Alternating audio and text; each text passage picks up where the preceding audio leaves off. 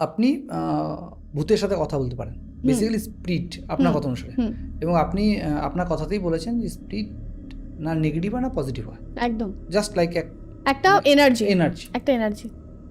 তবে স্পিরিট ক্ষতি করতে কেন চায়? মানে ভূত শোনা যায়, মানে অনেক অনেক গল্প, অনেক কাহিনী, কারণ যারা বিশ্বাস করে না তাদের কাছে গল্প কাহিনী হয় এগুলো বেসিক্যালি।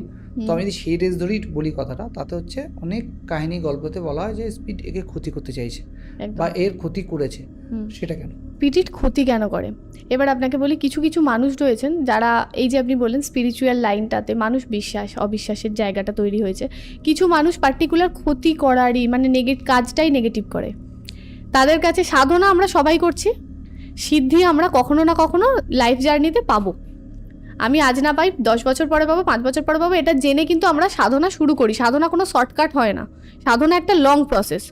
এবার এই যে সাধনার পুরো যে সিস্টেমটা, আমরা যে ভগবানকে নিয়ে, আমি মহাদেবকে নিয়ে যখন কথা বলা শুরু করেছি, আমি আপনাকে একটা কথা বলি, উনি কিন্তু ভূতেদের রাজা, শ্মশানের রাজা কিন্তু উনি, মহাকাল, কাল ভৈরব, সমস্তটাই কিন্তু মহাদেব।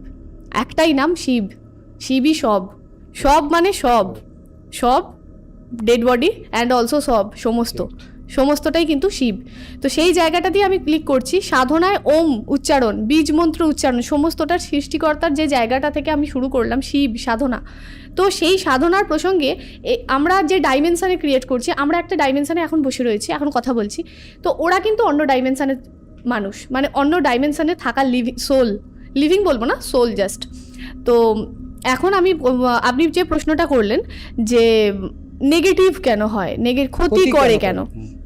ক্ষতি করে মানে সোলটা নেগেটিভ। আমরা নর্মালি এটা বলি, একটা খুব বাজে সোল তোমার পিছনে পড়ে আছে, এই সোলটাকে তোমাকে সরাতে হবে।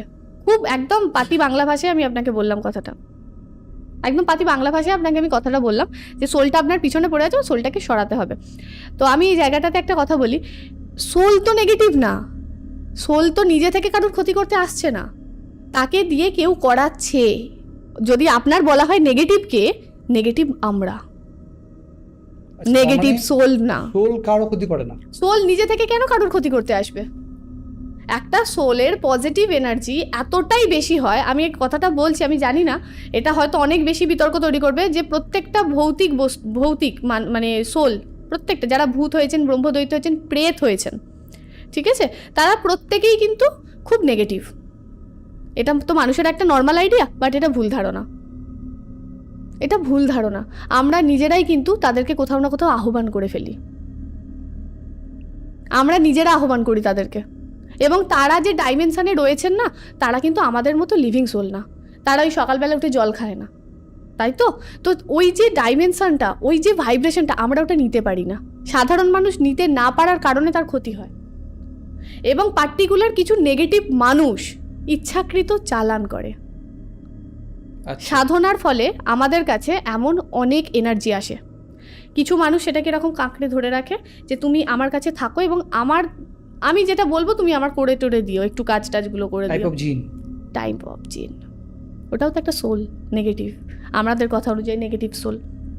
সো অ্যাকচুয়ালি এই যে সোলের যে পুরো কনসেপ্টটা না, ওরা নেগেটিভ না, ওদের এনার্জি আমরা নিতে পারি না, দ্যাটস ওয়াই আমরা হিট হই, আমরা অসুস্থ হই, এবং আমাদের চারপাশের অনেক ঘটনা ঘেঁটে যেতে শুরু করে। মিশর ক্ষেত্রে হয়েছে, আমার মিশর ক্ষেত্রে হয়েছে একদম। এবার আরেকটি ঘটনা যেটা আমি বললাম, যে সোল আমরা নিজেরা কোথাও টেনে ফেলি নিজের অজান্তে। কিভাবে? তারাপীঠ মহাশ্মশান সবাই জানেন, তারাপীঠ মহাশ্মশানে গিয়ে পিছন থেকে ঘুরে কাউকে ডাকতে নেই, ওই আয় রে, এটা করতে নেই।